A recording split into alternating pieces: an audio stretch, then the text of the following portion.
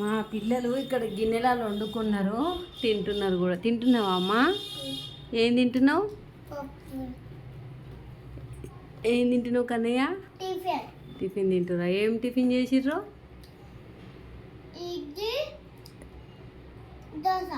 Okay, idli dosa చేసిర్రా? తింటుర్రా? పాప పడుకుందా? ఓహో, నువ్వు తింటున్నావా?